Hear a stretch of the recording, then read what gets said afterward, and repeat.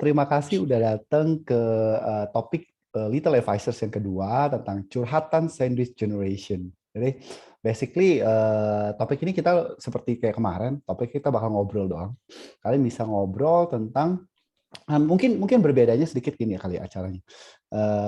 Di sini kalian boleh lemparin Q&A dari awal juga. Jadi kalau kalian mau tanya dong, gue punya kejadian seperti ini nih, teman gue kayak gini. Nah, kalian boleh lempar konsultasi kalian di chat dulu. Pada saat nanti kalian udah chat, nanti kita bukain akses buat ngobrol. Jadi kalian bisa talk through, gue punya masalah ini nih. Gue bingung nih masalah keuangan tentang ini nih. Nah, mau minta tipsnya dong. Atau bahkan sampai gini, gue mau kerja dong kayak di konsultan seperti di PwC atau Big Four accounting firm yang lainnya. Tipsnya apa sih? Boleh minta kasih tahu nggak sih gimana caranya supaya bisa masuk Big Four atau apa? Nah, hal-hal seperti itu kita buka semuanya, rahasia dapurnya. Kenapa saya sendiri juga bisa masuk Big Four? Kenapa Michelle bisa masuk Big Four? Ataupun tentang masalah apapun lah. Kalau mau ngobrolin di kolom chat yang di bawah ini ya. Jadi langsung aja kita mulai curhatan sandwich generation. Yuk kita mulai Michelle. Oke. Terima kasih Ben. Terima kasih juga teman-teman yang hadir kembali maupun juga yang baru, selamat datang. Ini kita sesi kedua sih dari rangkaian webinar kita di minggu ini. Jadi kita kemarin tuh ada pendidikan. Kalau yang ketinggalan bisa nanti nonton di YouTube-nya LA. Hari ini dana ini lebih karena dana pensiun nantinya ya. Ujungnya minggu besok ada lagi dana darurat. Jadi besok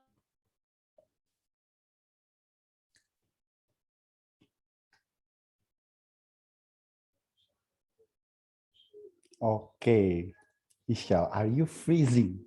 Kelihatannya Michelle freezing nih internetnya. Oke. Oke, teman-teman sambil nunggu Michelle lagi freezing ini, mungkin kalian boleh follow dulu akun Instagramnya LA, Little Advisors. Tinggal klik di chat di bawah itu aja, langsung. Jadi nanti kalian bisa jelasin. Kalian bisa ikutin konten-konten kita yang menarik apa aja gitu. Michelle, tadi aku lihat kamu freezing ya? Iya, kan apa internet nggak stabil. Coba aku ntar lanjut dulu ya. Mungkin kalau seandainya terjadi lagi, mungkin aku coba pakai hotspot HP. Oke. Jadi apa aja yang akan kita sharing hari ini? Pertama, kita minta teman-teman ikut kita sampai akhir ya. Karena sampai di akhir ini kan akan dapat Certificate of Participation nih.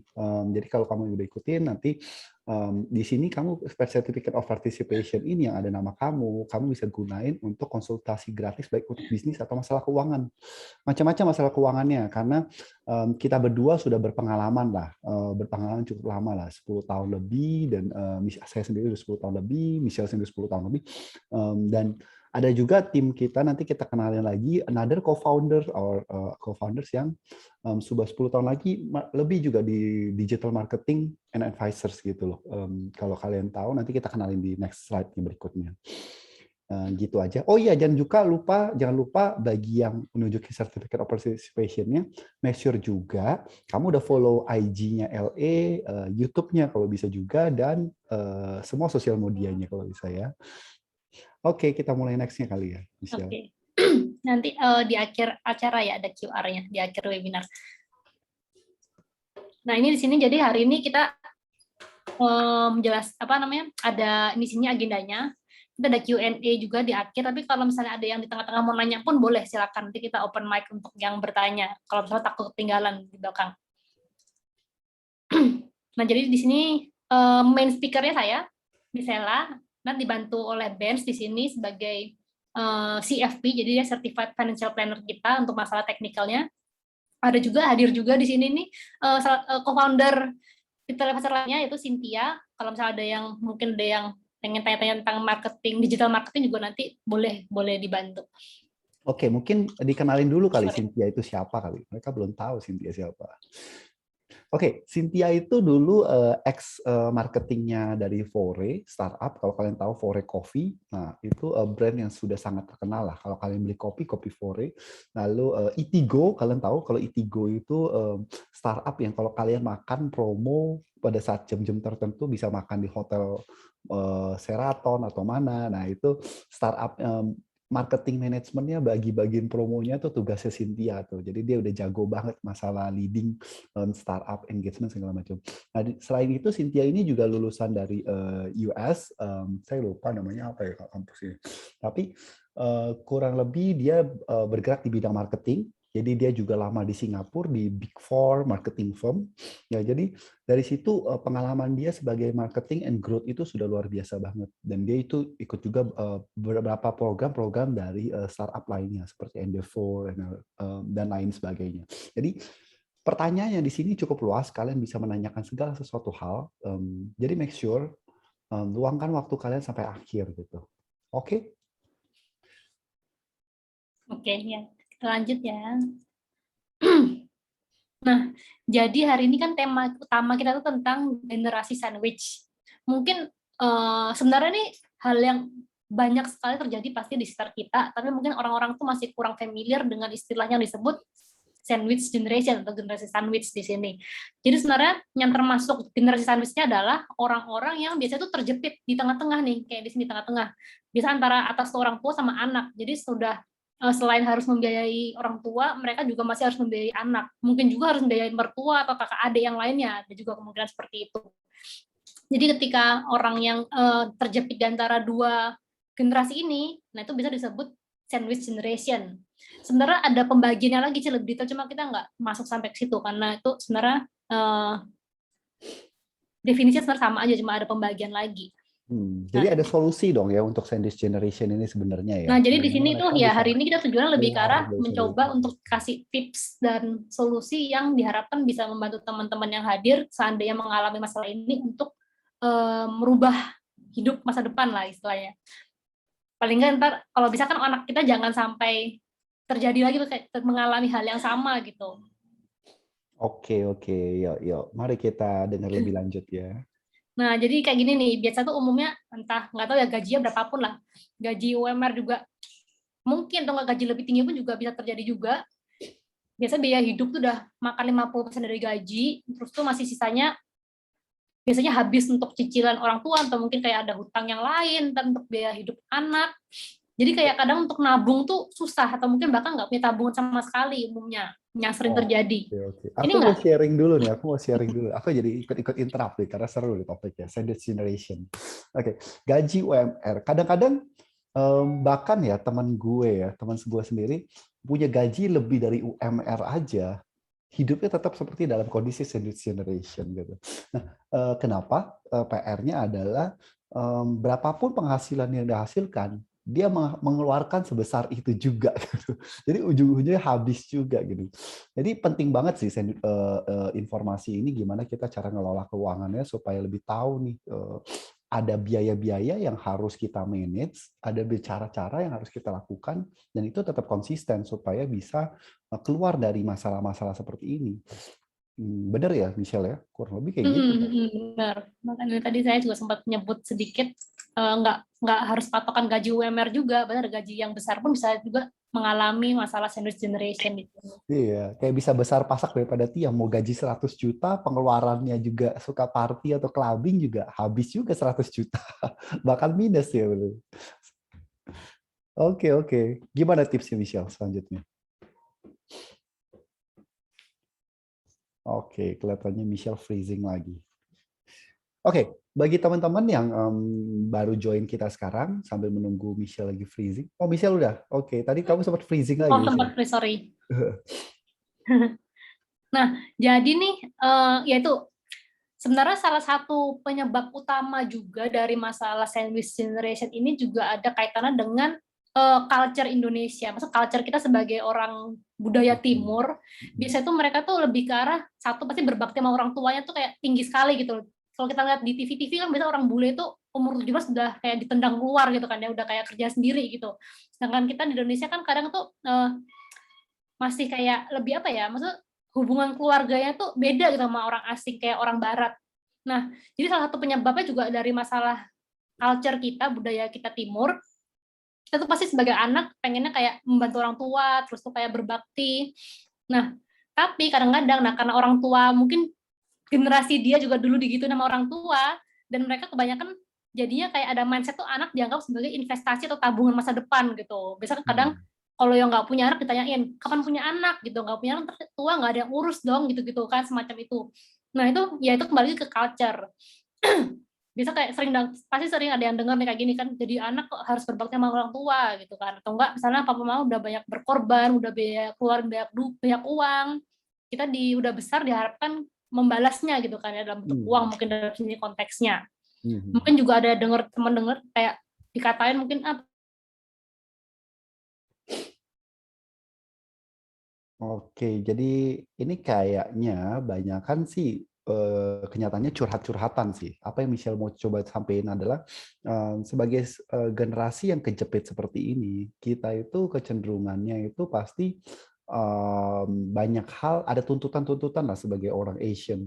Nah, banyak orang Asian ini yang tuntutan-tuntutan ini yang kadang-kadang pada dasarnya udah culture yang kebentuk. Tapi kalau contoh di beberapa waktu saya ada kerja di Singapura gitu, program-program the way mindset cara berpikirnya cukup sudah maju juga, berbeda dengan mindset yang di Indonesia yang masih cukup apa bahasanya agak sedikit berbeda. Jadi kalau di Singapura bahkan udah mulai gaya-gayanya seperti Western. Di umur tertentu mungkin kamu udah harus keluar mandiri sendiri, coba cari uang sendiri gitu loh, biayain sekolah sendiri, hal-hal itu yang cukup berbeda. Michelle, tadi kamu freezing lagi. iya, tadi aku sempat mau coba pindah ke Hotspot. hotspot HP kok kayaknya nggak berhasil juga. Oke, Sorry ya. oke. Boleh dilanjutin Michelle.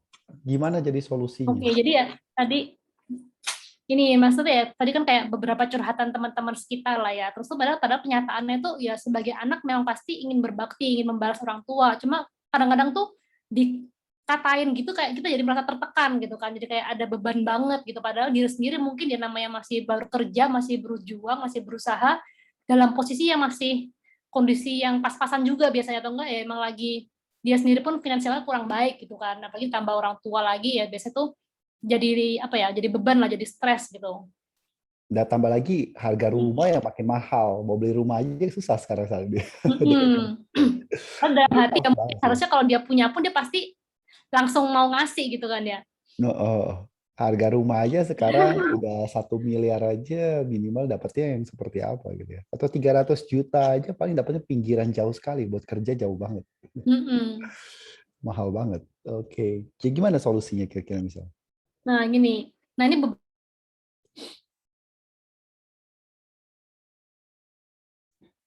Oke, kalau dilihat apa yang Michelle mau coba jelasin di sini, ini ada beberapa tantangan sebagai seorang senior generation ya. Yaitu misalkan ya terlilit hutang. Halo. Ya? Nge-freeze kah aku? Iya, kamu nge-freeze. Sorry. Nah, jadi di sini nih, jadi sama aja nih, merawat diri sendiri. Contohnya aja lah, kalau kita kayak contohnya kita lagi di pesawat, pasti dibilangin sama pramugarinya ketika butuh masker, oksigen, pakailah terlebih dahulu baru menolong anak atau orang lain. Nah, sama kayak gini, kita sebagai senior generation, kita harus merawat diri kita sendiri dulu. Mungkin dalam jangka pendek dilihatnya kita fokus perawat orang tua tuh baik, cuma dalam jangka panjang kalau kita nggak memperhatikan diri sendiri, bisa jadi kayak stres atau sakit. Nah, itu ujung-ujungnya bakal yang sengsara semua orang sebenarnya, nggak diri dia sendiri juga, tapi juga tanggungan-tanggungan juga ikut terdampak gitu. Jadi penting banget yang paling utama merawat diri sendiri dulu, dimulai dari diri sendiri. Yang pertama, tantangan pertama. Terus yang kedua, sering terjadi tuh bisa terlilit utang. Jadi meskipun dalam jangka pendeknya mungkin terlihat tampak seperti solusi, tapi sebenarnya kalau meminjam itu akan menambah beban, karena kan pasti namanya hutang, selain bayar pokok bunga, masih dimintain, pasti ada bayar pokok hutang, masih ada bayar bunga lagi gitu kan ya. Jadi kalau misalnya bisa sih mendingan dihindari, mungkin dengan cara mengurangi pengeluaran atau bagaimana, atau tambah pendapatan, tapi hutang ini sih kalau bisa lebih baik dihindari. Nah, terus juga ada yang ketiga nih biasanya faktor kesehatan orang tua. Namanya orang tua biasanya ya kayak mobil tua gitu lah ya. Namanya makin tua berarti dia makin kayak butuh perawatan ekstra gitu. Nah, biasanya namanya kesehatan pun pasti kita nggak mungkin kita nomor dua kan lah ya. Nomor kesehatan penting sekali. Biasanya kita eh, nggak ada pun pasti diusahakan ada lah untuk kesehatan. Kalau misalnya ada yang sakit.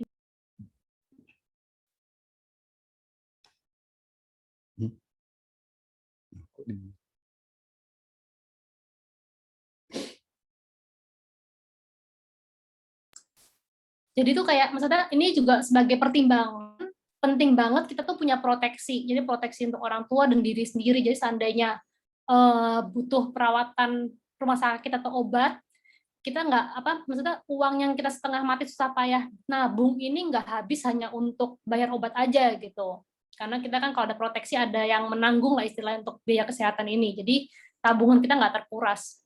Mungkin aku boleh tambahin sedikit lah ya tentang masalah proteksi ini. Sometimes sebuah image kita terhadap asuransi itu ya, bukannya aku nggak bilang asuransi itu baik atau buruk gitu lah. Memang sebenarnya pada dasarnya seperti saya mau umpamakan asuransi itu seperti sebuah apa namanya saham lah ya contohnya ya.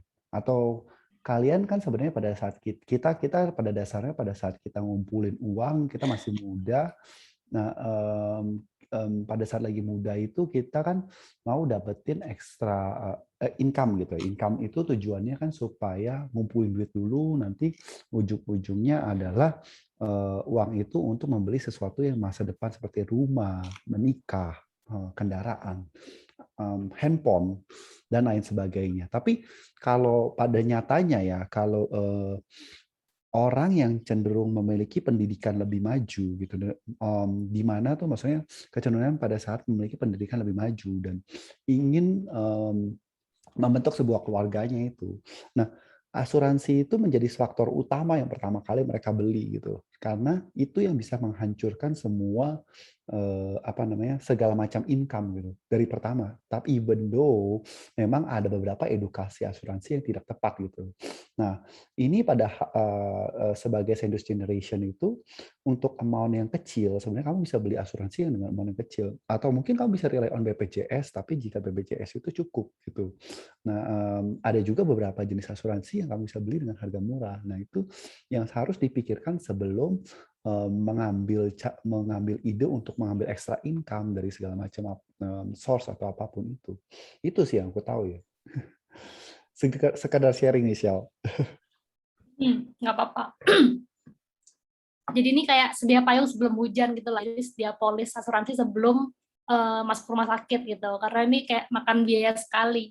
Dan maksudnya sebenarnya asuransi pun nggak harus beli yang mahal sih. Kita beli yang murah pun nggak apa-apa. Maksudnya daripada nggak ada sama sekali kan. Dan asuransi ini seiring berjalannya waktu kalau mau di-upgrade lebih manfaat lebih banyak pun juga bisa. Jadi jangan jadi halangan juga kalau untuk mau join. Itu aja sih. Itu cuma sekedar info untuk mempertimbangkan. Nah ini pada umumnya biasa sandwich generation ini pasti terjadi karena adanya kesalahan dari orang tua.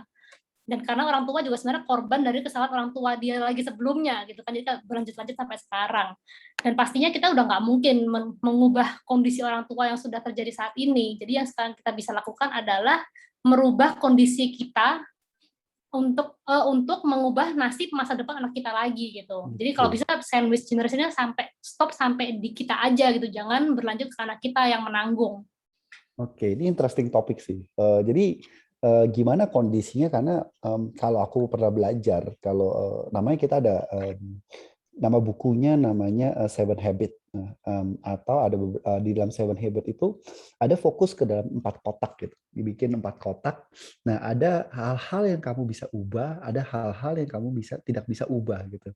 Nah, fokus kepada hal-hal yang bisa kamu ubah ataupun urgent, atau fokus kepada hal-hal yang kamu nggak bisa ubah.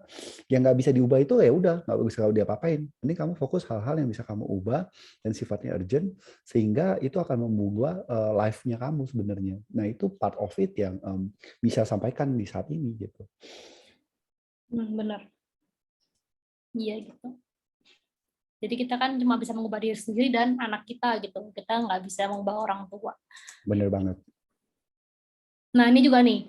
Tadi ngomong faktor orang tua. Jadi mungkin ada kesalahan orang tua. Nah, ini seandainya orang tuanya mampu sekalipun atau mereka nggak ada masalah keuangan saat ini, tapi sebenarnya ada faktor-faktor lain yang bisa menyebabkan seseorang itu yang mungkin sebelumnya hidupnya berkecukupan akan berubah menjadi sandwich generation.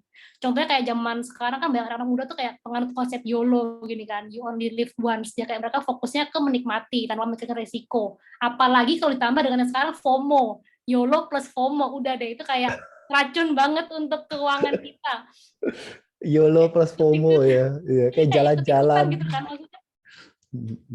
Betul Karena betul kayak betul. kemarin juga aku sempat ikut juga sih, sempat kayak apa ya, terpengaruh kayak cuma makanan aja sebenarnya, cuma kayak ini selebgramnya kayak ngiklaninnya kayak luar biasa enak sekali, pas aku beli kayak ya itu doang sih sebenarnya. Maksudnya kayak kena FOMO ini juga jadi ya. Meskipun simpel cuma makanan, cuma maksudnya ya pasti banyak hal-hal lain yang bisa bikin orang tuh jadi ya ikut-ikutan pada akhirnya, dan itu sebenarnya berdampak terhadap keuangan kita karena kita kan harus beli Dan itu. sebenarnya aku mau tambahin dikit ya tentang YOLO dan FOMO ini. Dibandingkan generasi dulu ya, zaman dulu ya, handphone itu kan cuma gitu-gitu aja ya. Handphone nggak bisa dipakai buat Grab. Sekarang makan itu pakai GrabFood, diskon minimal beli 40.000 atau 80.000. Akhirnya bukannya ngincer makannya biasanya cuma sedikit, akhirnya jadi banyak gara-gara ngincer diskon gitu loh. Gara-gara ngincer diskon itu keluar duit lebih banyak. Jadi ya hal-hal itu yang dulunya income kita segini-gini aja, contoh income kita 5 juta, 8 juta, tapi makan kita makin banyak. Akhirnya perut makin buncit, duit juga makin kempes kalau gitu. Ini kayaknya curcol ini. Doyan makan aku kayak gitu.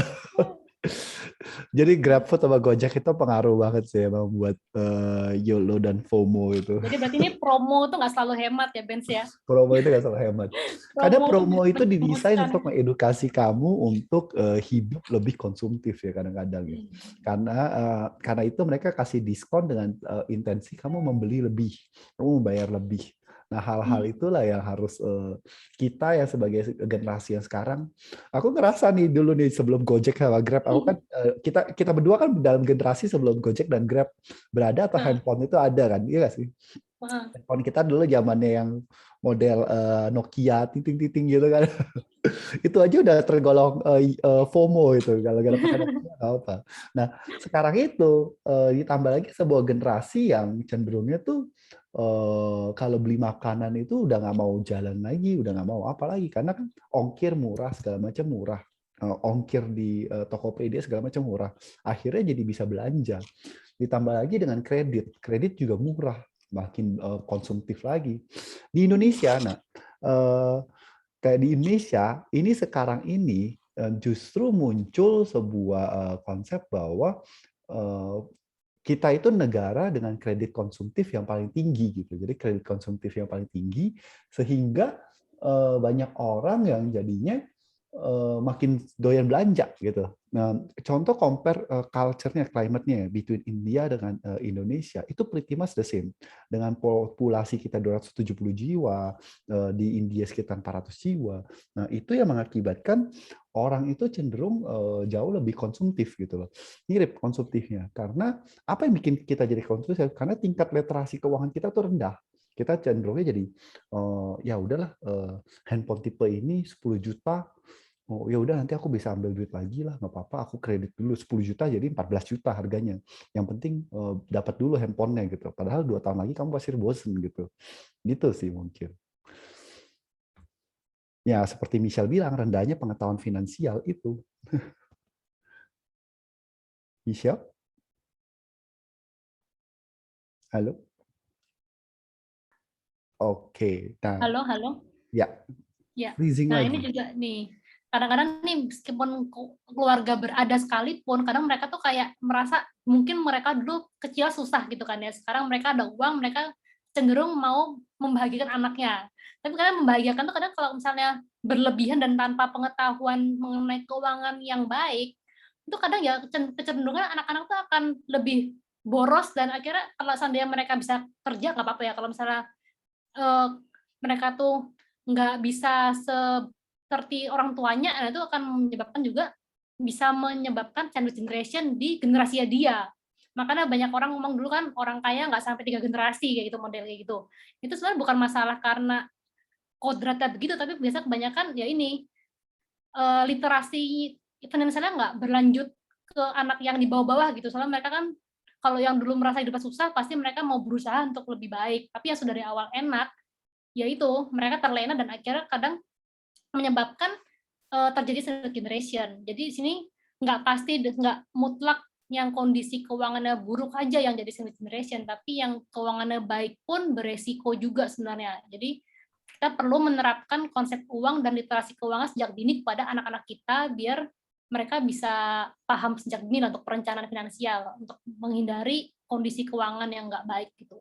Nah yang terakhir juga ini biasanya orang itu memiliki satu sumber penghasilan. Nah ini juga bisa dibilang cukup beresiko, apalagi kalau hanya satu yang pencari nafkah utama, karena kan berarti semua bergantung dengan dia gitu. Kalau seandainya ada apa-apa dengan dia atau dengan pekerjaannya, ya udah berarti habis, maksudnya nggak ada penghasilan lain gitu, nggak ada backup plan-nya gitu. Jadi lebih baik sih ya mungkin ada kayak iseng-iseng sambilan atau enggak mungkin di rumah bikin usaha kecil-kecilan itu juga itu membantu sekali sih. Jadi kayak ada backup plan kalau ada apa-apa dengan si sumber penghasilan utama. Nah, ini saya mau tambahin juga nih, ada istilah kata-kata di quote kita ya, Michelle, di Instagram kita ngomong kata Ibu Sri Mulyani, apa katanya? Oh, aset kerja keras. Aset itu harus kerja keras. Di luar negeri itu asetnya yang kerja keras, bukan kitanya yang kerja keras. Mungkin kalau kita cuma dapat satu sumber penghasilan boleh, tapi pastiin bahwa aset kita ikut kerja keras, jangan cuma ngasilin di bawah inflasi, malah rugi gitu. Konsepnya mungkin sederhananya seperti itu kali ya, misal. Benar. Nanti teman-teman yang masih apa, yang penasaran tuh apa, boleh kepoin IG kita. Pasti dikepoin sudah. Oke, lanjut kali Michelle, apalagi?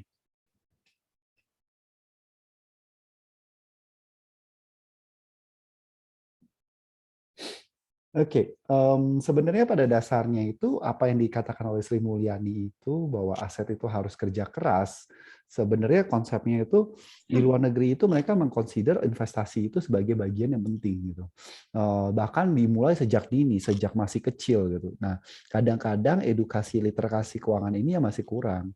Investasi itu nggak mesti investasi yang pasti beresiko langsung ke saham kok. Kamu bisa mulai dengan pasar uang. Nah, pasar uang itu banyak instrumen obligasi yang jatuh temponya kurang dari 1 tahun dengan nilai return atau imbal hasil yang cukup tinggi gitu. Nah, hal-hal itu yang bisa kamu lakukan kalau ingin memperbaiki kondisi keuangan kamu gitu loh.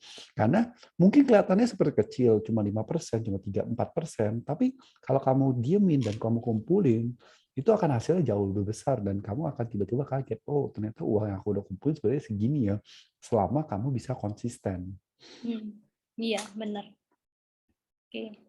Jadi ini beberapa tips dari Little Advisor untuk memutus rantai sandwich generation. Yang pertama itu mengidentifikasi keuangan keluarga. Dalam arti kita harus mengidentifikasi mungkin aset dan pendapatan dan pengeluaran tuh nggak boleh diri sendiri, tapi satu keluarga. Jadi kayak mungkin kebutuhan dari orang tuanya apa aja, atau istrinya apa, anaknya itu kebutuhannya apa. Biasanya kalau sekolah kan ada uang ekskul lah, ada uang apalah ini itu. Jadi maksudnya kita hal-hal yang gitu tuh harus benar-benar diidentifikasikan secara lengkap agar keuangan itu bisa dipantau, maksudnya bisa diatur, jadi jangan sampai besar pasak daripada tiang. Jadi kita kan kalau misalnya berdasarkan diri sendiri mungkin cukup, tapi ternyata kalau dipakai untuk satu keluarga tuh bisa ada kekurangan gitu. Jadi perlu banget komunikasi antar keluarga, dan juga apalagi kalau misalnya kita ada kesulitan, ya emang sih sebagai orang tua biasa kita tuh kayak inginnya kasih berita baik aja gitu kan ya, terus tuh kayak anak minta apa kalau bisa dikasih. Nah tapi mungkin kalau emang sedang mengalami kesulitan perlu banget dikomunikasikan dengan keluarga. Biasa keluarga tuh pasti mengerti lah gitu. Kalau kita nggak ngomong ya mereka nggak tahu, dan mereka yang merasa tinggal minta aja atau bagaimana gitu.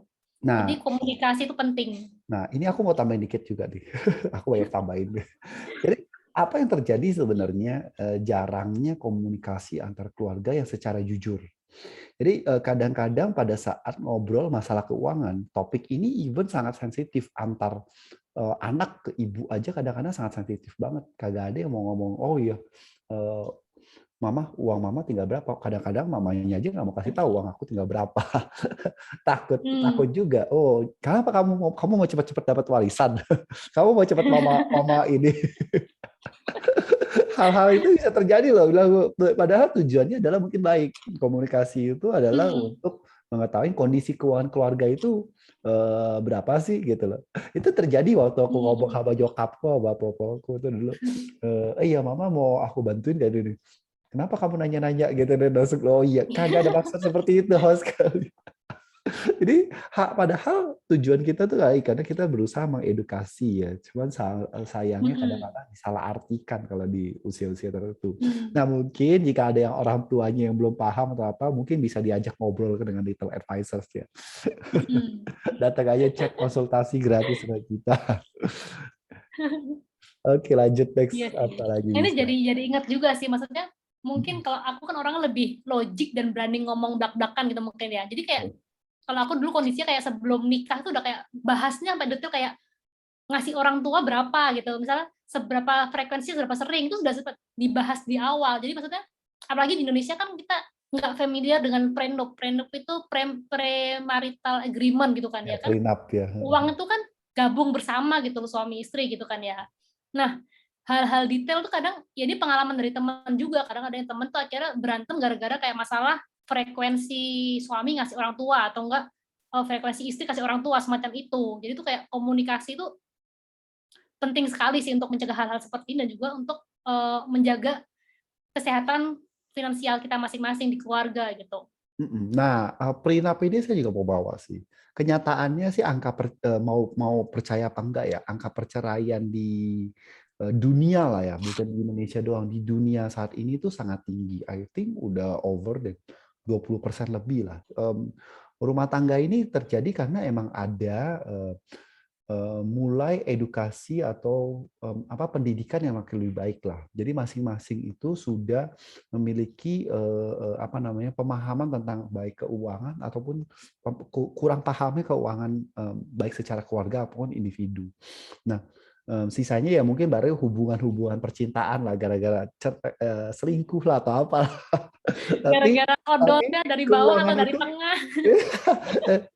Tapi keuangan itu faktor utama. Keuangan itu faktor utama. Percayalah selalu topik yang paling sering bikin jadi berantem itu adalah keuangan. Nah, keuangan ini pun bisa bawa kemana-mana seperti masalah prenup. Kadang-kadang prenup itu bukan cuma masalah karena oh aku nggak mau kamu dapat harta aku atau apapun itulah ya, bukan hanya karena oh ya aku mau hartaku hanya ada hartamu hartamu gitu. Atau kalau kadang-kadang ada istri yang khawatir karena nggak mampu menghasilkan uang gitu, jadi dia sangat mengandalkan suami, makanya dia nggak mau namanya istilahnya prenup ini. Tapi prenup ini juga bisa membantu kamu jika sebagai istri kamu berpenghasilan dan suamimu berpenghasilan. Nah, jangan lupa kalau setelah menikah itu hartanya itu 50-50. Apapun yang kamu hasilkan itu 50-50 gitu. Nah, kalau prenup ini kamu bisa mencegah. Jadi suatu saat suami kamu punya usaha, usahanya bangkrut dan bisa dijaminkan sampai harta rumahmu. Nah, rumahmu kalau kamu bayarnya berdua ya, nah, sebagai konsultan kalau rumah kamu bayar berdua, nah biarpun kalau kamu nggak ada janji prenup ini, harta yang dimiliki berdua itu bisa disita bank sekaligus selama suami kamu udah jaminin gitu. Nah, kalau kamu punya perjanjian prenup ini antar suami kamu dengan kamu, bank itu nggak bisa mengeksekusi rumahmu tanpa persetujuan kamu gitu sebagai istri gitu. Nah hal-hal itu yang kalian harus belajar dulu. Perlu nggak ya aku prenup jika kamu suami kamu berusaha dalam sektor yang sangat beresiko gitu. Nah hal-hal itu yang banyak diakalin tuh.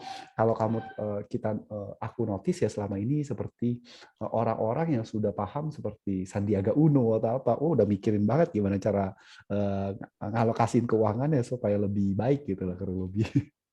Termasuk prenup ini gitu.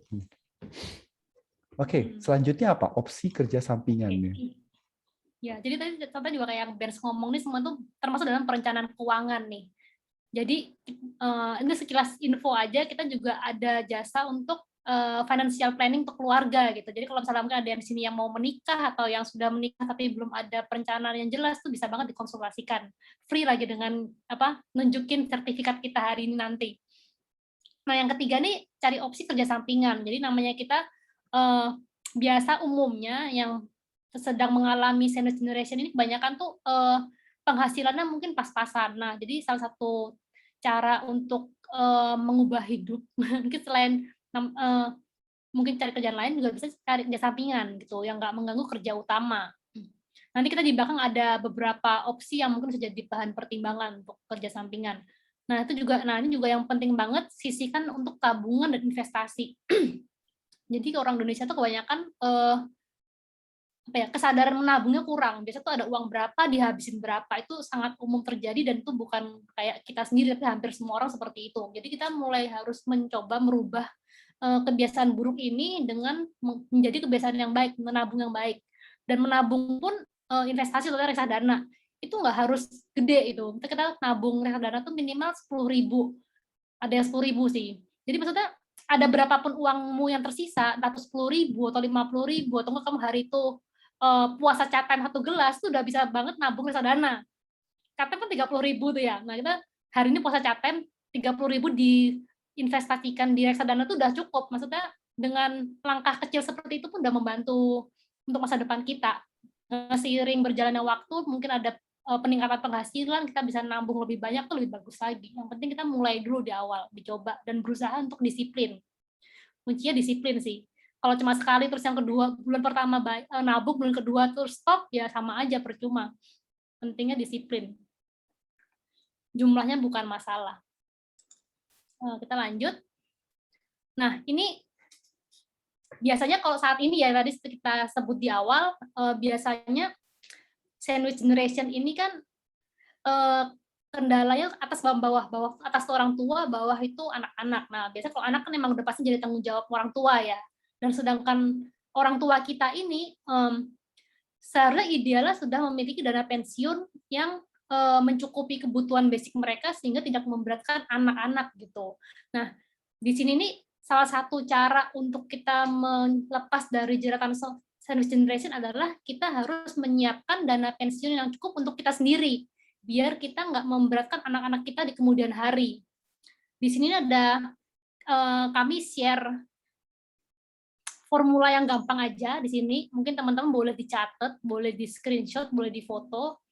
Ini sebenarnya basically formula simple ya, formula sederhana ya. Jadi kalau tingkat keakuratannya mungkin nggak exactly karena ada beberapa faktor yang kita nggak masukin seperti kita sebutnya future value of money atau present value of money. Nah itu yang time value of money ini yang kita nggak masukin sehingga bahasanya itu nilai uang sekarang lah. Nah, tapi ini simple kalkulasi supaya kalian jauh lebih mengetahui berapa sih dana yang kalian butuhin sebenarnya. Gitu. Ini kayak buat bayangan kasar aja sih. Jadi kita tuh kayak beberapa faktornya di sini nih, ada HKIPT ini. Yang pertama ini ada faktor berapa lama usia hidup. Ini ada contoh aja, biasa rata-rata masyarakat Indonesia sekian tahun. Ada lagi K ini kebutuhan dana dalam setahun. Jadi ya kita biasanya kurang lebih tahu lah kita sebulan pakai uang berapa. Nah itu di setahun kan ya dikalikan 12. Ini kita pakai contoh aja UMR Jakarta 4,8. Ya saat ini 6 juta di sini ya. Nah, biasanya kan namanya kalau udah pensiun, biasanya tuh kebutuhan lebih sedikit, karena dia kan udah nggak perlu biayain anak, nggak ada tanggungan ini itu. Jadi biasanya tuh secara kasarannya membutuhkan dana 80% dari kebutuhan sekarang. Ini kalau misalnya mau dibudgetin lebih juga nggak apa-apa sih, ini cuma contoh aja. Nah, ini ada berapa inflasi tahunan diperhitungkan, umumnya sekian. Terus berapa usia berencana pensiun, di sini kita pakai peraturan pemerintah aja, 57 tahun, terus tuh ini berapa tahun kamu akan menikmati pensiun. Nah ini selisih antara usia hidup kita dengan usia pensiun kita gitu. Nah ini kita lanjut ke belakang ya. Nah rumusnya ini seperti ini. Tadi kita ini asumsi yang kita pakai sekian. Nah masukin rumusnya ini nih. Ini rumusnya yang udah dipermudah untuk kasaran aja. Jadi ini nggak bisa jadikan patokan exact kayak butuh yang kita perlukan. Nah, ini cuma hitungan gampang aja nih kayak gini. Kalau dengan orang yang tadi gaji 6 juta, kira-kira butuh dana sebesar ini. Jadi dengan sebesar ini diharapkan mereka dengan tabung mungkin kayak deposito, mereka bisa hidup dari bunga depositonya itu gitu. Nanti ada di belakang ada contoh lain. Nah, Ada yang ini ditambahin sebenarnya nggak? pada saat yang dijelaskan ini adalah kebutuhan dana dalam dari usia kita pada saat pensiun gitu loh. Dalam arti dengan asumsi bahwa kamu pada saat pensiun itu buayanya kan kalau misalkan penghasilan kamu sekitar 6 juta, berarti pada saat usia kamu lebih mature, lebih dewasa, kamu hanya paling hidup itu jauh lebih sederhana. Makanya 80% dari penghasilan kamu waktu kamu produktif itu represent biaya kamu lah, biaya hidup kamu sehari-hari lah. Itulah makanya rumusnya dimunculin. Nah, makanya apa yang dibuat di KTI ini adalah potensi inflasi yang kumulatifkan sehingga membentuk berapa sih dana yang harus kamu siapin gitu loh. Ditambah prinsipalnya 57,6 juta ini dikali 17 tahun. Nah, KT-nya itu yang dibuat sama si Michelle. Nah, sebesar totalnya itu adalah sekitar 2,6 miliar. Itu pun dengan penghasilan kamu sebesar 6 juta per bulan, yaitu yang sampai mencapai 57,6 juta setahun. Nah, ini loh teman-teman harus pikirin. Jadi selama 17 tahun sejak kalian pensiun, kalian harus siapin dana seperti ini supaya di usia tua kalian nggak harus kerja-kerja atau apapun itu. Nah, dengan uang seperti ini, pendanaan yang seperti ini, yang paling simpel sederhana ini, kalian bisa menggunakan dengan investasi dengan alokasi ke aset-aset yang cukup produktif. Seperti yang Michelle bilang, reksadana, atau belajar berinvestasi di saham. Dan sifat-sifat sahamnya pun janganlah yang agresif di usia-usia seperti ini. Sifatnya tuh cari investasi yang jauh lebih less agresif lah bahasanya. Mungkin boleh dibilang paling maksimal adalah moderat gitu. Itu aja mungkin ya. Ya itu yang dimaksud tadi kayak katanya Bu Sri Mulyani, asetnya yang kerja keras. Jadi kita udah pensiun, biarkan asetnya ini yang kerja. Kita udah pensiun, kan kita udah nggak usah kerja lagi gitu. Tapi kita masih tetap ada penghasilan dari sini. Gitu sih. Ini nanti kalau misalnya teman-teman ada yang kurang jelas, apa ada pertanyaan, boleh share di kolom chat, nanti kita bisa kembali lagi ke sini kalau emang diperlukan. Kita lanjut dulu. Nah, ini tadi kan dengan 2,6 M ini mungkin terkesan kayak wah besar sekali nilainya gitu kan ya. Tapi mengingat nilai uang dan akan meningkat, bisa penghasilan meningkat dengan seiring berjalannya waktu. Nah, dengan kita berinvestasi sejak dini, kita udah ngumpulin bunga dari sekarang, itu uang tuh akan pelan-pelan pasti akan bertambah lah. Jadi kita dengan harapan kita akan dapat mencapai tujuan tersebut di sekian waktu ke depan. Jadi semakin dini nabungnya akan semakin bermanfaat untuk kita juga. Nah, di sini ada beberapa jenis dana pensiun yang di Indonesia yang umumnya ada dipakai, itu ada 2 jenis. Satu tuh dana pensiun pemberi kerja. Kalau tadi tuh perhitungan kalau kita mau menabung untuk masa depan kita untuk pensiun gitu. Ini kalau di sini ada beberapa jenis ini yang pertama nih biasanya nih program dana pensiun dari pemberi kerja atau perusahaan yang diberikan secara langsung kepada karyawan. Kelebihannya adalah karyawannya akan mendapat kepastian dana yang akan diterima pada saat pensiun itu berapa. Itu plusnya. Tapi kurangnya itu nggak semua karyawannya akan otomatis menjadi peserta. Jadi mereka mungkin ada kayak requirement, persyaratan tertentu yang layak dapat dana pensiun ini. Dan juga ini hanya diberikan saat ini ya, untuk saat ini hanya dilakukan oleh perusahaan BUMN. Mungkin karena ini juga makanya orang-orang dulu biasanya kan sering bilangnya jadi PNS aja lah gitu, lebih enak, terjamin bla bla bla ya, karena mereka juga dapat dana pensiun dari sini. Itu ada kelebihan dan kekurangannya. Yang kedua yaitu dana pensiun lembaga keuangan. Nah, ini biasa program dana pensiun dari kayak sejenis bank atau juga perusahaan asuransi. Jadi mereka tuh sifatnya nih kayak gini nih, kayak kelebihannya semua orang bisa jadi anggota, siapapun itu kalau mendaftar bisa. Maupun untuk karyawan atau PNS atau pekerja kayak freelancer tuh bebas, siapapun bisa. Nah, tapi kekurangannya apa? Nah, ini kita biasanya dana pensiun ini didapat dari investasi yang dilakukan oleh mereka. Jadi kita sebagai peserta ikut menanggung resiko investasi yang dikelola oleh badan penyelenggara tersebut. Dan juga berarti namanya pasar itu fluktuatif, naik turun, nggak ada yang tahu masa depannya. Nah, manfaat yang didapat tuh kita nggak bisa tahu hasilnya pasti gitu. Kita nggak tahu dalam mungkin 10-20 tahun kita dapat uang berapa tuh kita nggak bisa tahu. Mungkin bisa lebih banyak atau bahkan bisa kurang dari harapan karena kan pasar ya naik turun. Sampai sini ada yang mau ditambah nggak, Ben?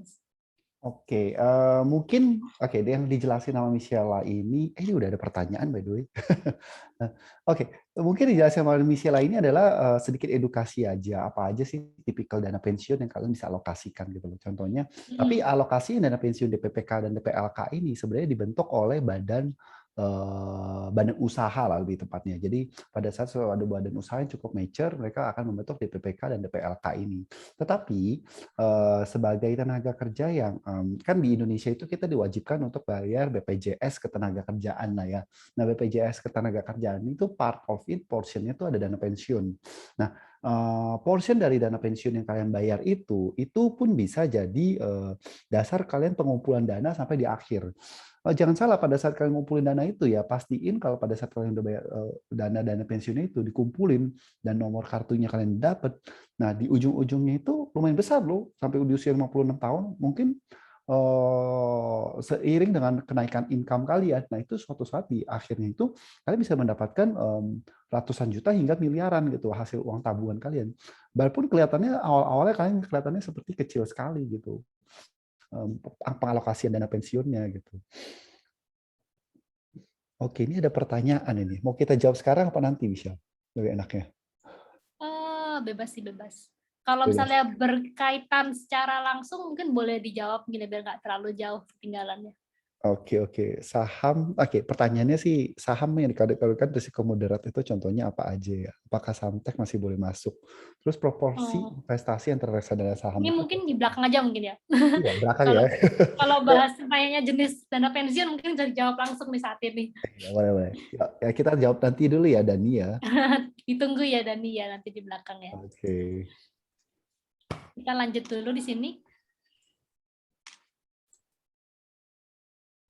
Nah ini, dari tadi kita kan kayak menekankan sekali untuk menabung dan berinvestasi. Jadi sebenarnya bagaimana sih investasi itu dapat membantu kita sebagai sandwich generation gitu ya. Nah, sebenarnya kalau contohnya kalau reksadana aja mereka tuh jenisnya terbagi menjadi 3. Dan itu ada yang investasi jangka pendek, menengah, dan panjang.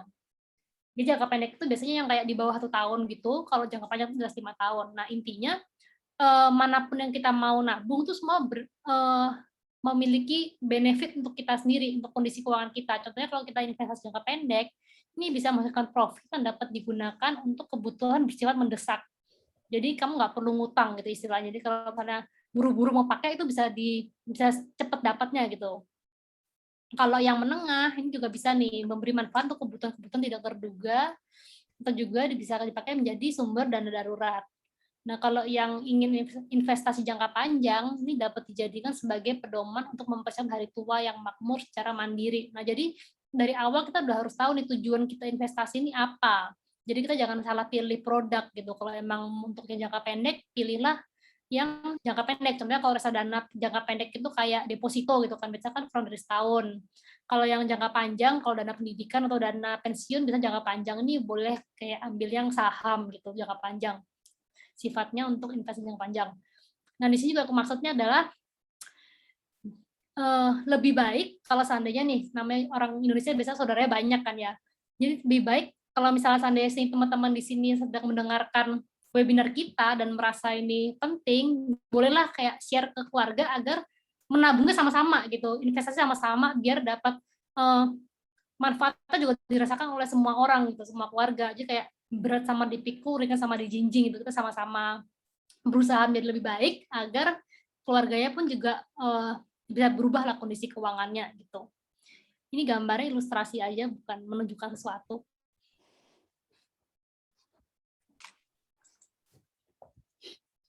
Nah ini beberapa contoh nih, contoh kayak menabung. Contohnya tadi deposito tuh bisa jangka pendek, kurang dari setahun. Tadi dengan hitungan kita yang di awal, yang tadi pakai rumus HKIT itu, kan kita butuh cash flow per bulan 4,8 juta kan ya untuk dana untuk kebutuhan kita sehari-hari. Nah, itu biasanya kita butuhnya dana 1,8 M di deposito untuk mendapatkan segitu. Pilihan 8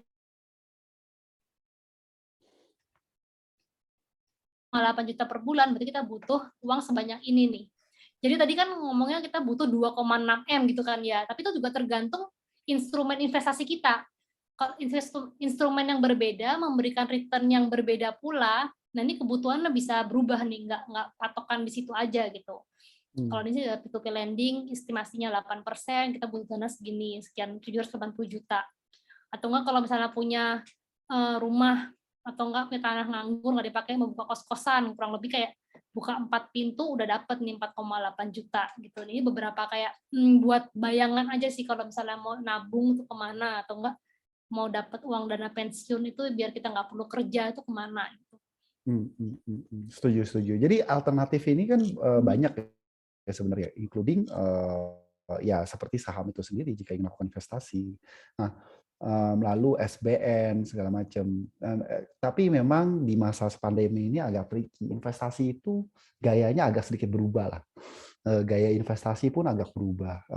Tetapi itu tidak menutup kemungkinan bahwa masih banyak alternatif pendanaan yang cukup lebih resikonya jauh agak lebih rendah.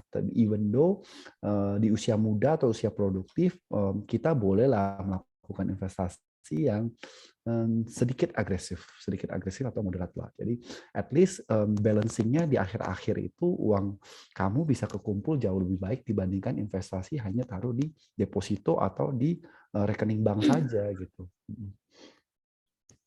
Benar. Dan juga reksadana tuh nggak bayar pajak. Kalau deposito masih dipotong pajak.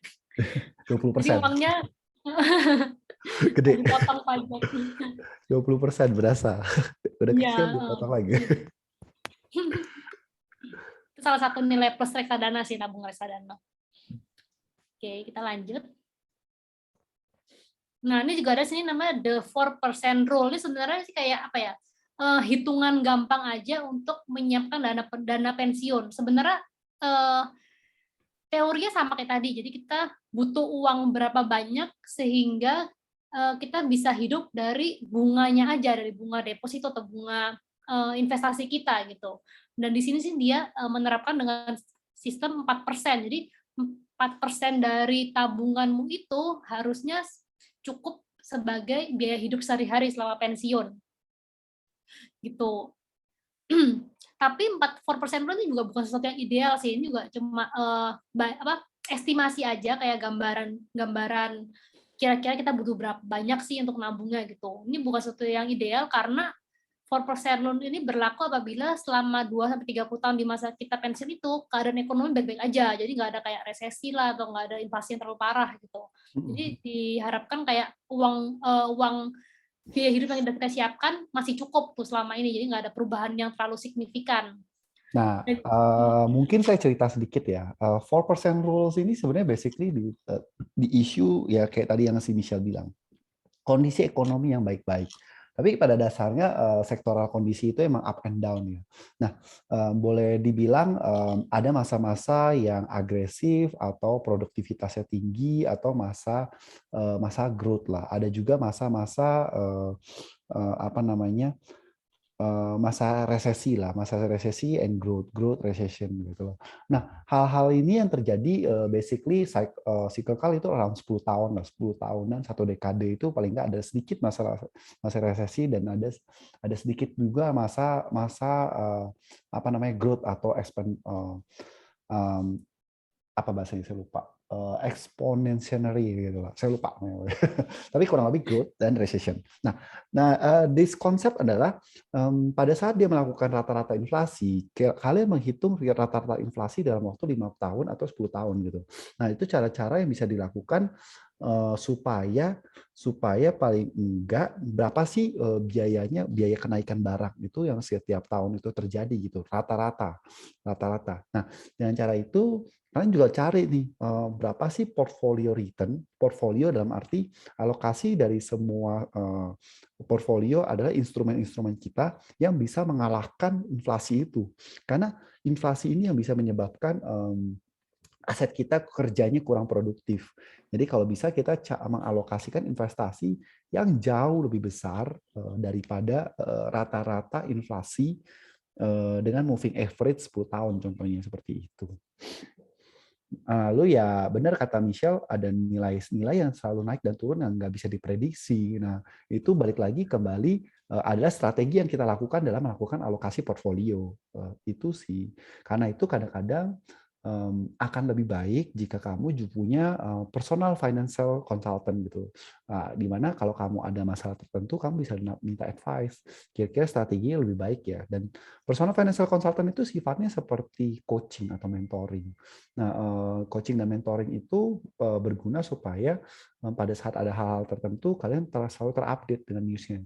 Memang sih bisa belajar sendiri, tapi pada saat kalian mempunyai pekerjaan utama dan fokus ke dalam hal investasi ini, waktunya biasa akan terbagi dan terlalu fokus gitu. Nah, hal-hal ini yang biasa mengganggu. Karena itu kalau di level seseorang yang sudah memiliki high net worth individual atau selebriti, mereka itu biasa udah punya firm atau financial consultant. Nah, hal-hal ini kalau bisa dimulai sejak dini dan dengan biaya murah, why not gitu. Contohnya seperti itu. Gitu. Tadi udah disebutkan ya, jadi kan tadi ini nggak ideal karena saham juga naik turun. Terus juga ini 4% rule dibuat ketika bahan bakar fosil masih murah. Jadi ketika nanti mungkin harga fosil fuel udah mahal, maka akan mempengaruhi biaya-biaya lainnya dan akan mempengaruhi biaya hidup kita sehari-hari juga. Jadi ini cuma buat patokan aja. Nah, ini juga ada cerita nih. Dana pensiun yang hilang. Jadi tahun 2008, ini terjadi di Singapura benchnya kalau nggak salah ya. Jadi ini orang udah nabung dana pensiun, tiba-tiba uangnya hilang karena ini ada krisis. Jadi penting banget kita untuk selalu memantau kondisi tabungan kita. Jadi jangan kita merasa kita udah nabung di bank dana pensiun terus kita tinggal gitu aja, jangan. Karena ya itu pasarnya naik turun. Jadi kita mesti pantau. Dan kalau misalnya bisa punya personal financial advisor lebih bagus, jadi mereka kayak bisa bantu nih, kayak harus dipindahin kemana atau harus ada solusi apa gitu biar jangan sampai uangnya hilang nih kayak teman-teman di Singapura tahun 2008. Nah, Yang uang kerja 2008 hilang. sini sebenarnya sih terjadi di seluruh dunia ya, financial crisis 2008 itu yang terjadi subprime mortgage kalau kalian dengar. Nah, itu di 2008 itu krisis keuangannya terbesar lah di US sama di Singapura dan berbagai belahan dunia lah. Penyebabnya ya karena kredit yang kurang baik lah, kredit yang kurang baik, simpelnya seperti itu. Kredit yang kurang baik yang diberikan di US sana lah. Karena semua beberapa negara itu mengandalkan ekonomi yang berasal dari US sebagai negara subadidaya, sehingga banyak hal yang menyebabkan itu komponen investasinya terdiri dari instrumen yang berada di US. Nah, di US ini pun memiliki korelasi positif dengan instrumen investasi di Indonesia. Nah, pada saat contohnya Dow Jones atau Nikkei dan Hang Seng dan everything turun, itu bakal ngehit banget ke Indonesia karena korelasinya cukup positif 0,6, 0,7 sekitar itu.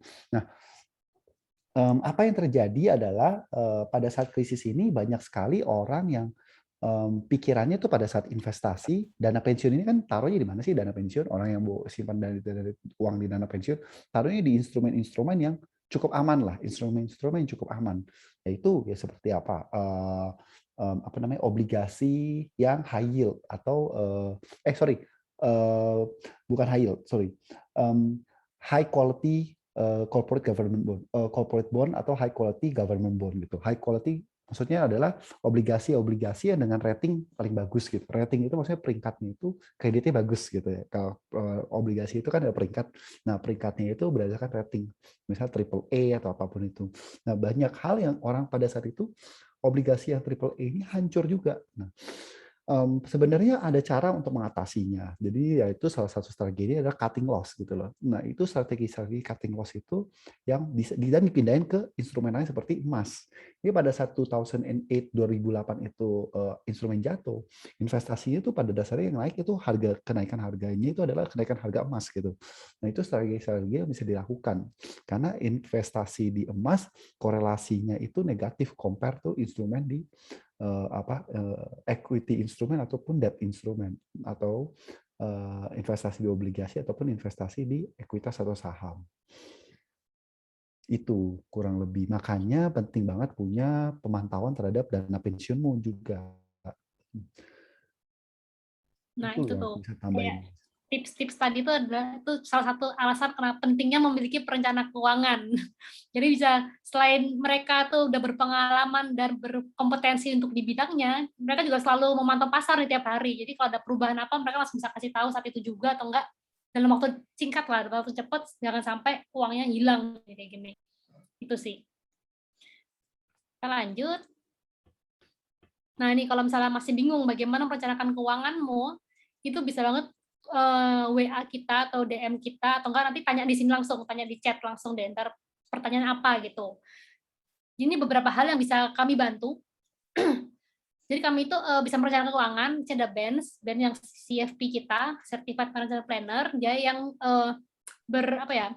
bertugas atau kayak yang berpengalaman untuk masalah perencanaan keuangan. Jadi kayak tadi saya bilang juga, mungkin ada yang teman-teman yang mungkin berencana mau menikah atau misalnya berencana untuk dana mungkin ada yang senior mungkin ya mau bikin surat wasiat atau apapun itulah untuk atau enggak sekedar ngecek kondisi finansial kita, itu bisa banget bisa kami bantu. Terus tuh juga kalau misalnya kita sebagai financial advisor juga bisa membantu untuk masalah asuransi. Karena asuransi kan setiap brand plus minus. Kita bisa membantu membandingkan sebenarnya brand mana sih atau produk mana sih yang paling cocok untuk kamu, atau untuk keluargamu gitu. Jadi kita nggak memihak salah satu brand. Dan yang ketiga, nah ini investasi. Investasi itu bukan sesuatu yang mudah karena kita kan butuh pengetahuan lebih ya untuk investasi ya. Jadi kalau misalnya kamu nggak yakin investasinya mau kemana, atau misalnya kamu tuh jenis investor yang sifatnya misalnya kayak tipe konservatif atau moderat atau agresif, itu bisa banget dikonsultasikan ke kami. Jadi kami bisa bantu arahkan mau, oh kamu nih kayak tipe konservatif ke deposito aja, atau enggak kamu tipe yang masih bisa maksudnya ada gap untuk lebih agresif mungkin ke saham aja gitu dan lain-lain, itu bisa dibantu. Ada tambahan nggak, Ben? Enggak, itu aja sih paling. Itu aja ya. Basically apa yang kita trying to do di sini adalah apa yang kita coba lakukan di sini adalah kita mencoba untuk mengedukasi juga literasi keuangan. Jangan berpikir bahwa apa yang kita lakukan selalu ada motifnya uang, karena bukan motif uang sih yang kita lakukan. Spiritnya pada saat Little Advisors yang kita bangun, kita berusaha memberikan perencanaan keuangan dan memberikan edukasi kepada individu-individu lah, dan itu bisa dilakukan secara gratis. Itu benar-benar kalian consult aja, apapun kita kasih tahu kamu for free, nggak ada charge apapun, don't worry. Kamu cerita aja apa Ngobrol-ngobrol aja masalah kamu, sama Ben. ngobrol-ngobrol aja. Kita berusaha ingin menggerakkan the 2% of the economy lah berkata. Nah, this is part our 2 cents lah.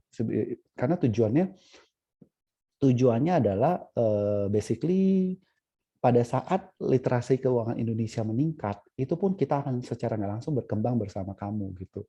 Nah, itu sih purpose dari Little Advisors itu dibangun oleh aku, Michela, dan Cynthia, dan teman-teman lainnya.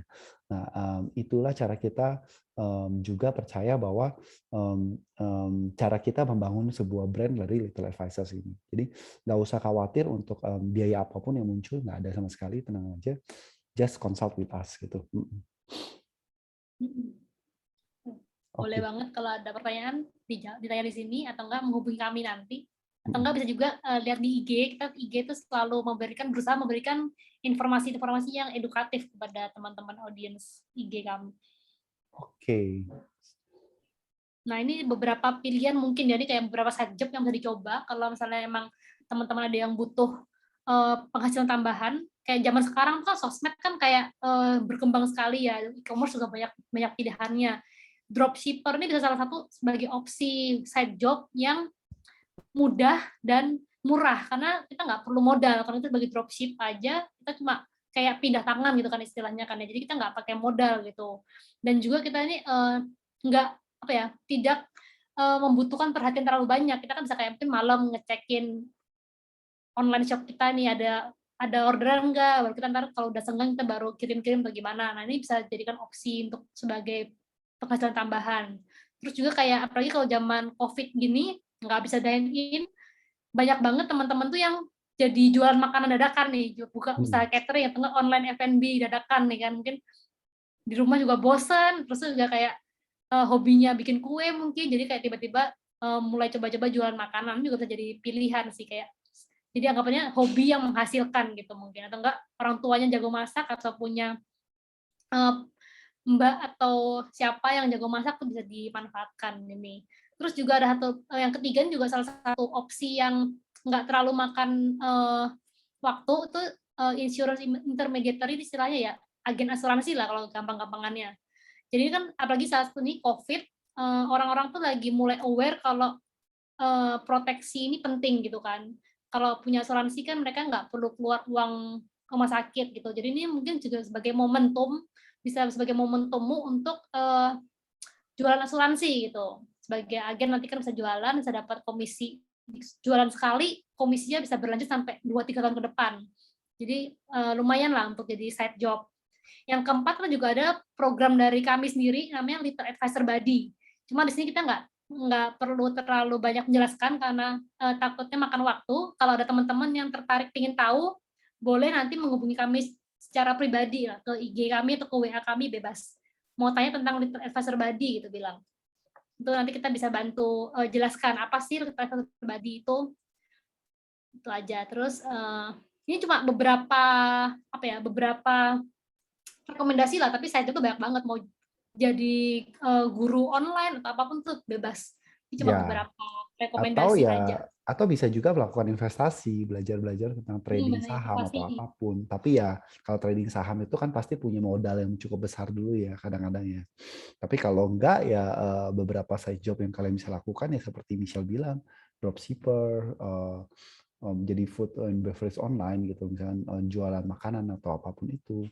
Nah, dan juga bisa juga jadi guru ngajar. Banyak sekali itu kalau di ruang guru ataupun kayak misalkan apa Zenius, mereka membuka sekali program-program untuk pengajar online ya, yang sifatnya itu part-time job juga begitu. Atau freelance.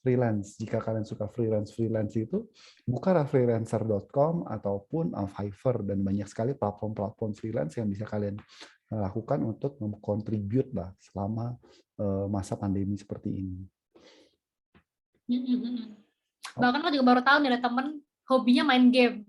Terus Oh iya itu. pandemi gini kan banyak waktu main game kan, jadi kayak dia jualan item. Baru tahu nggak sih? Ya aku sebagai orang bukan gamer baru tahu ternyata item tuh jual juga cukup mahal ternyata, kayak 1-2 juta bahkan lebih dari itu mungkin. Cuma kayak item-item dari dalam game. Itu juga atau mungkin hobi yang bisa menghasilkan dapat side job dari game.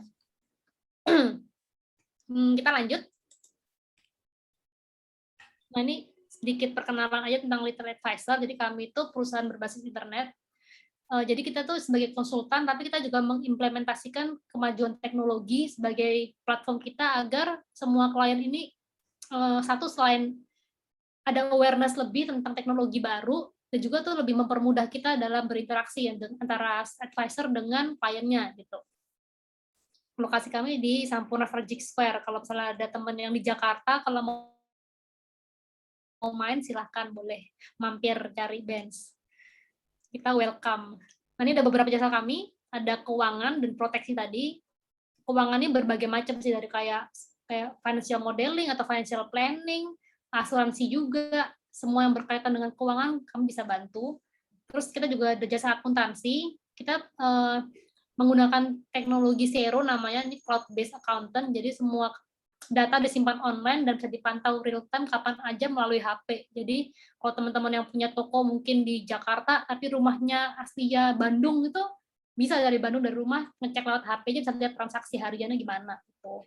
Pajak juga kita nih berbagai jasa yang berkaitan dengan pajak bisa kayak tax planning atau due diligence atau enggak sekedar kepatuhan pajak bulanan juga bisa kami layani. Beberapa jasa kami singkat aja. Nah ini, jadi dari tadi kita udah membahas memutus rantai sandwich generation. Dari tadi juga ngomongnya berkaitan dengan orang tua. Nah, tapi yang memutus rantai ini bukan berarti kita kayak menghentikan semua dukungan finansial kepada keluarga, terutama orang tua di sini. Enggak. Tapi kita harus mengubah mindset kita bukan untuk memutus bantuan, tapi menjadi lebih peduli untuk membuat perencanaan keuangan yang lebih matang agar kita mengurangi beban finansial anak kita nanti gitu. Karena orang tua kan emang kondisi udah seperti itu, kita nggak mungkin lepas tangan juga kan. Jadi kita mindset yang perlu diubah itu adalah kita membuat masa depan yang lebih baik lah gitu. Yang terakhir penutup dari kami, nah ini, kalau kamu seorang sandwich generation, jangan rendah hati, jangan rendah diri, karena kamu nggak sendiri, banyak banget orang yang mengalami hal serupa. Tapi ini ada beberapa benefit orang yang terjerat sandwich generation ini. Salah satunya bertanggung jawab dan juga kerja keras karena mereka kan karena udah terbiasa jadi orang yang diandalkan di keluarga gitu kan ya. Jadi mereka juga otomatis dalam kerja pun biasanya jadi orang yang dapat diandalkan gitu di kelompok atau kerja manapun. Terus mereka bisa lebih peduli keluarga nih, family come first. Karena mereka juga terbiasa mengurus keluarga. Jadi mereka juga mempunyai hubungan yang lebih erat dengan keluarga. Gitu. Jadi juga mereka yang ketiga memiliki jiwa sosial yang baik. Jadi mereka tuh mampu bersosialisasi dengan baik dengan orang lain dan kayak apa ya, bersedia membagi beban dengan orang lain, mungkin jadi kayak ringan tangan, suka menolong gitu-gitu. Jadi mereka juga ini beberapa kelebihan orang sandwich generation. Nah, jadi kamu jangan terlalu kayak rendah diri gitu dengan menjadi sandwich generation. Kamu hebat. Karena itu nggak mudah, kita menanggung orang tua dan menanggung anak itu bebannya cukup besar sekali gitu kan ya. Jadi itu satu pencapaian lah.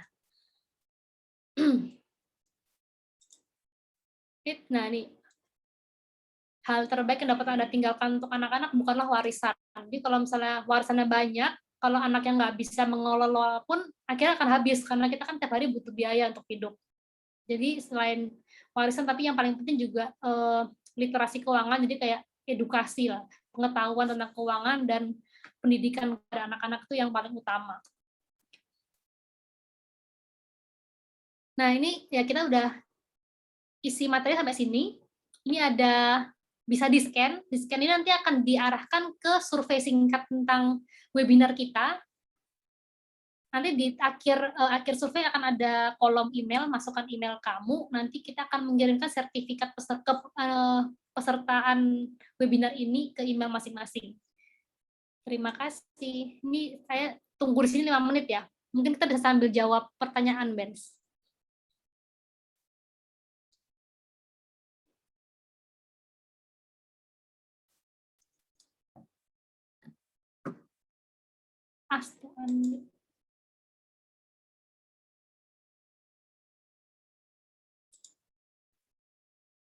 Oke. Ini ada pertanyaan dari Dani ya. Aku masih unmute ya. Tadi nggak ada suaranya. Oke, sorry. Oke, ada pertanyaan dari Dani. Dani ini nanya tentang dalam Kak Benz dan Kak Michelle mau tanya dong, saham yang bisa dikategorikan resiko moderat itu contohnya apa ya? Apakah saham teknologi itu masih boleh masuk ya? Terus kemudian proporsi investasi antara reksadana dan saham dan cocok berapa ya untuk sandwich generation? Terima kasih. Oke. Basically kalau mau ditanya saham apa yang bisa dikategorikan resiko moderat, most of it karena Indonesia saham perbankan itu merupakan saham-saham yang termasuk dalam big cap ya, big market capitalization di Indonesia, akan jauh lebih kalian masuk ke dalam saham-saham yang sifatnya sektornya perbankan. At least mereka itu punya beberapa komponen sebagai defensive stock itu mereka punya beberapa komponen, yaitu mereka membagikan dividen. Ambil contoh BCA lah ya. Kalau mau dibilang seperti saham perbankan seperti BCA lah. Dengan harga 30.000 dengan pembagian dividen yang cukup konsisten, BCA itu udah menunjukkan capital gain yang cukup konsisten juga. BCA itu bisa menghasilkan return around sekitar 12-14%, saya agak lupa. Nah, itu bisa jadi alternatif investasi yang dilakukan lebih sifatnya jangka panjang ya, karena kalau ingin jadi investor dan sifatnya investasi jangka panjang ataupun menengah, pilihlah saham-saham alternatif yang cukup defensif yang jika ingin sifatnya jauh lebih moderat gitu loh. Kalau kamu profil resikonya sebagai seseorang yang ingin tetap berinvestasi kepada saham individual atau individual stock, tapi ingin jauh yang lebih nyaman lah pada saat investasinya. Mungkin ada beberapa orang yang mengatakan bahwa beberapa saham perbankan di Indonesia ini sudah terlalu mahal. Tapi jangan lupa fondasinya negara kita ini, consumer credit kita tinggi, baik kredit konsumtif maupun kredit produktif kita juga cukup tinggi, dan growth ekonominya itu masih tinggi dalam kondisi expansionary ini. Nah, itu bisa jadi kondisi yang bahwa saham-saham industri perbankan itu masih menjadi sektor yang atraktif gitu loh. Dan selama saham tersebut tahu bagaimana mengelola manajemen resiko yang cukup baik gitu. Nah, itu sih menurut salah satu saham contoh yang kamu bisa consider sebagai resikonya moderat. Saham perbankan yang memiliki kinerja dan GCG yang cukup baik.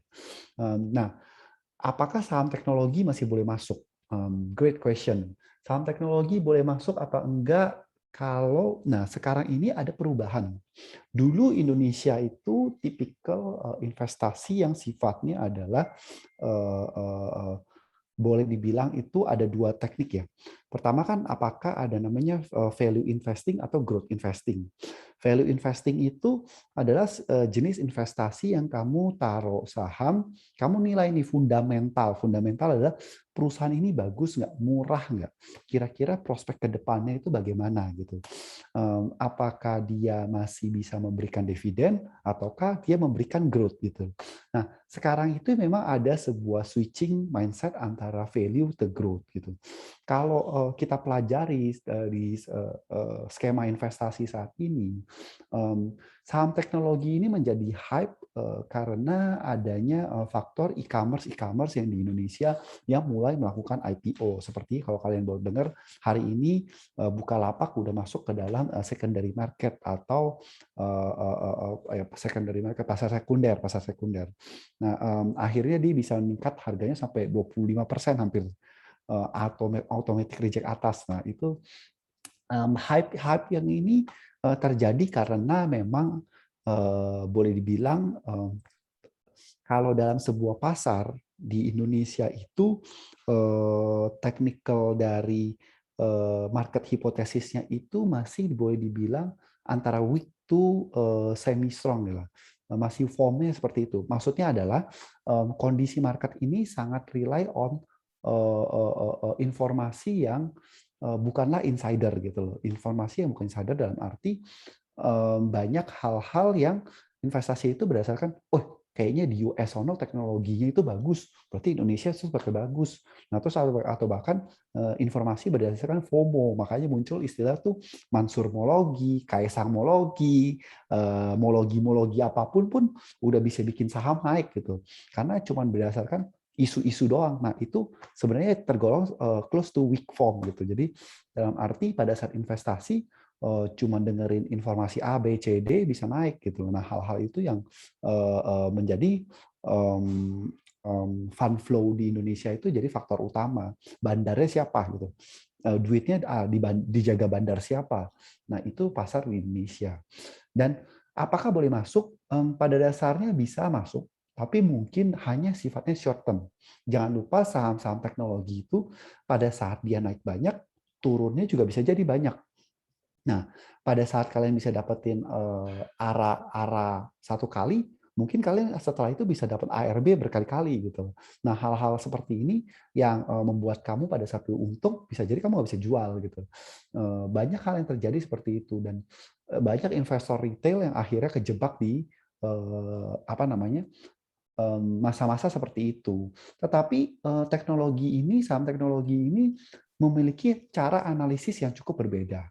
Yaitu kalau kalian dengar pada saat mereka melakukan analisis, ya salah satunya faktor yang kalian kita gunakan pada saat saham ini, mereka menggunakan namanya apa namanya, EV to EBITDA. Kalau nggak ada EV to EBITDA, mereka menggunakan namanya enterprise value against to the conversion rate. Conversion rate-nya seperti kayak sebuah company itu di-assess berdasarkan growth dari bisnisnya mereka sendiri. Nah, hal-hal itu yang bisa jadi faktor-faktor yang menjadi differentiate bagaimana cara menganalisa perusahaan teknologi.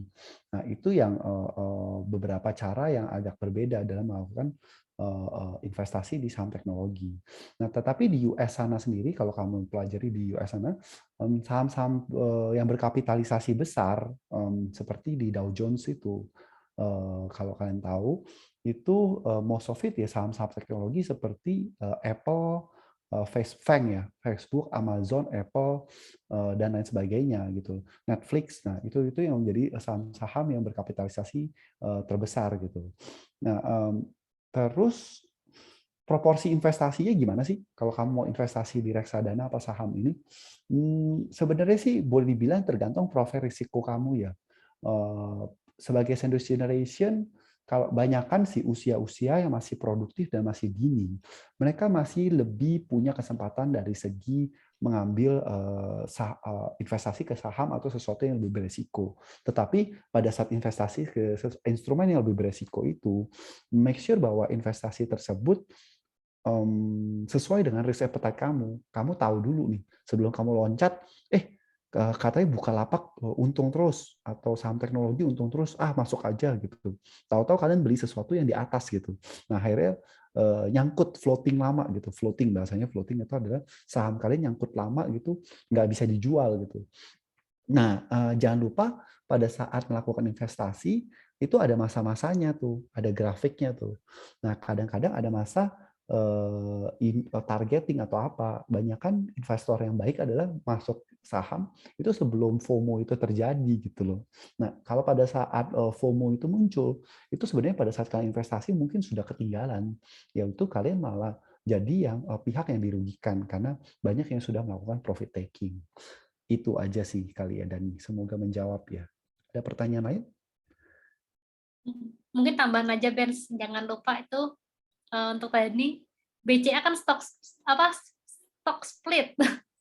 Oh iya, BCA juga stock split. Jadi semakin liquid. Kan Jadi sekarang itu harganya 30.000, sekarang stock 1 split itu banding artinya 7. kayak dipecah gitu. Jadi lebih murah sekarang BCA. Jadi 6 ribuan ya sekarang saat ini BCA ya nanti ya. Akan Satu jauh. banding 5 kalau nggak salah kemarin stock splitnya ya. Kenapa? Sorry. 1:5 kalau nggak salah Iya, kemarin. jadi 6.000. Jadi 6 Hmm. ribuan. Nah, Itu jadi dengan memudahkan buat teman-teman. tujuannya stock split itu basically untuk membuat saham itu jauh lebih liquid lah. Dan meningkatkan competitiveness dari saham BCA itu sendiri sih. Nah, itu bisa jadi opportunity kalian nih untuk beli saham-saham seperti yang berkapitalisasi besar tapi masih cukup berkinerja baik secara keuangan lah gitu. Nah, banyak sekali yang sekarang itu berubah ya, beli saham-sahamnya pada saham-saham yang gorengan yang di-assess-nya berdasarkan potensial in the future. Nah, itu yang masih agak apa bahasanya?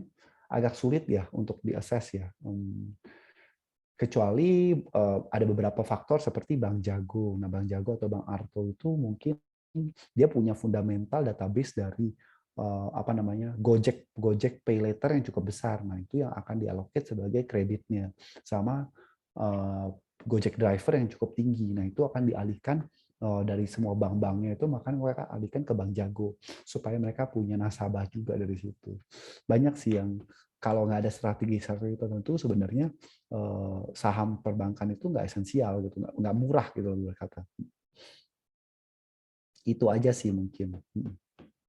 Semoga menjawab, Dani. Mungkin ada pertanyaan lain dari teman-teman yang lain.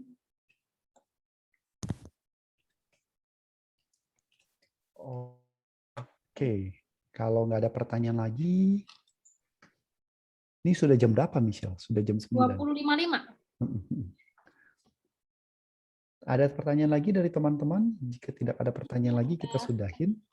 Oke, thank you, Kak. Ya, makasih Dani. Oke. Ini Nah, udah berhasil scan semua kan ya? Ada yang mengalami kesulitan nggak ya? sebenarnya sih paling gampang mengaksesnya itu paling mudah untuk mengakses saham-saham yang sifatnya FOMO seperti ini. Kalau yang kalian suka berinvestasi di saham, yang mungkin saya tambahin. Coba mulai cek-cek namanya IDX Monthly Statistic gitu.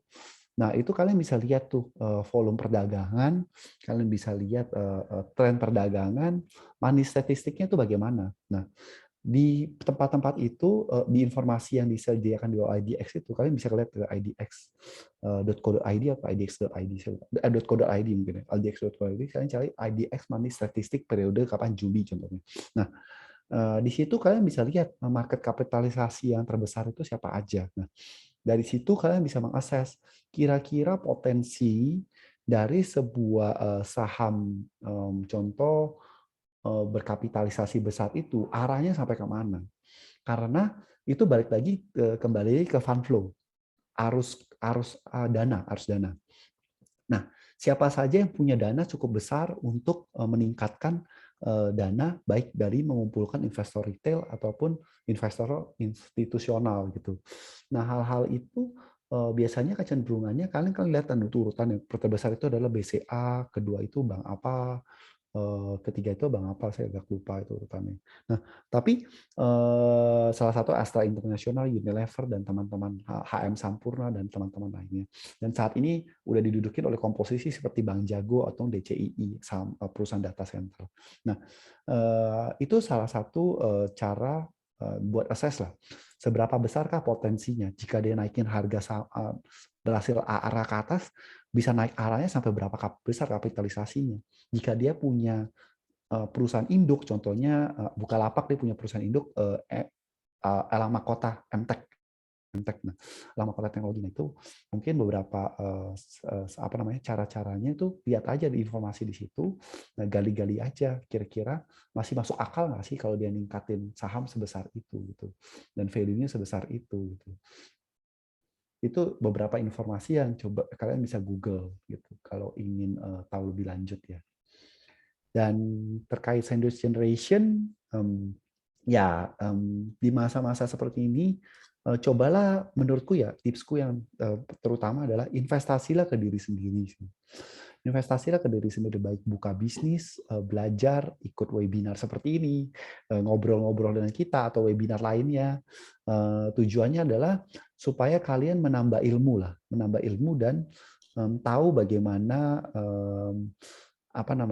menentukan arah hidup, gitu kata. Itu aja sih tips aku. Terima kasih.